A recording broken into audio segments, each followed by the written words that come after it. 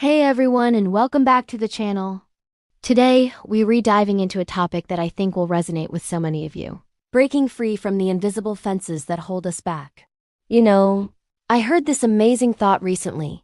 We need to learn to jump our fence to stop our personal space from shrinking. Think about it. Fences are there for two reasons: to keep things in or to keep things out. But what if the fence you're looking at is one you've built yourself, unconsciously limiting your own growth and exploration? It's time to look beyond those self-imposed boundaries.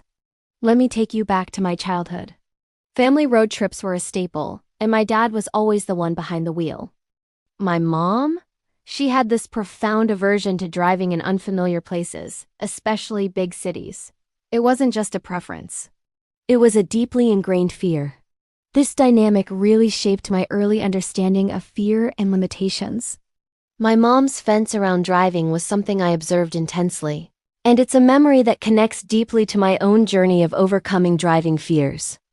That specific fence, born from her anxiety, became a powerful personal story for me.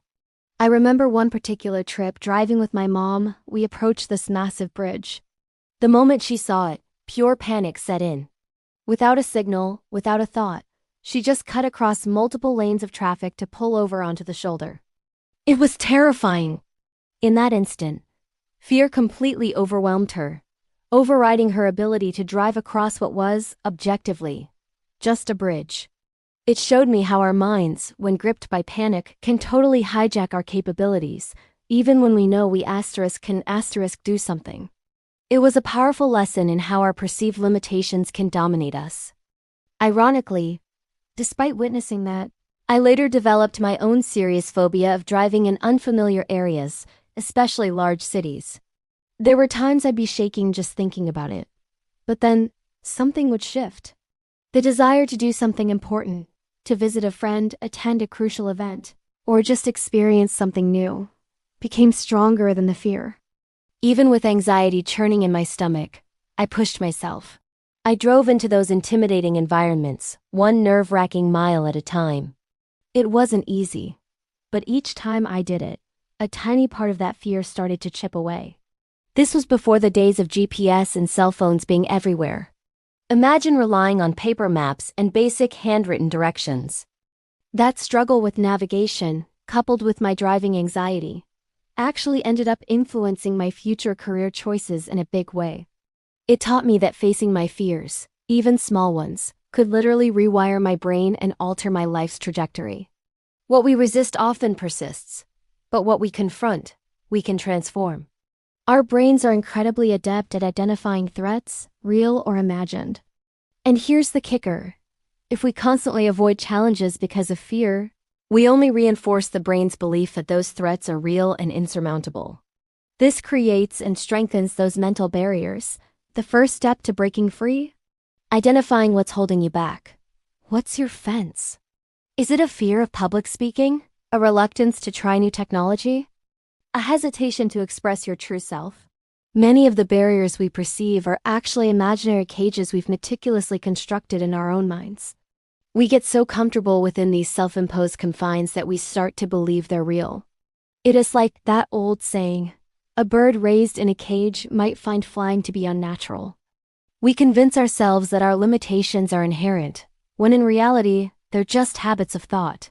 Overcoming these isn't just about breaking free. It's about claiming a personal victory and experiencing life on a whole new level. Think about the ant experiment.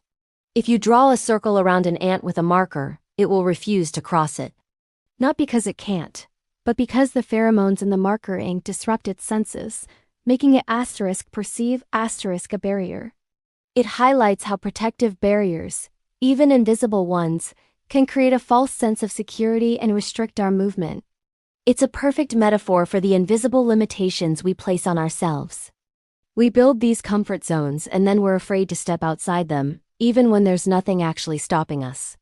We often create these invisible fences in our minds that confine us, much like those ants. But guess what? If an ant accidentally steps over that marker line, it suddenly realizes there was no real barrier, and it's free to move. By recognizing these mental barriers, these self-imposed limitations, we can do the same. It's an invitation to step out of your comfort zone, to challenge the limits you've placed on yourself, and to discover the amazing things that lie beyond.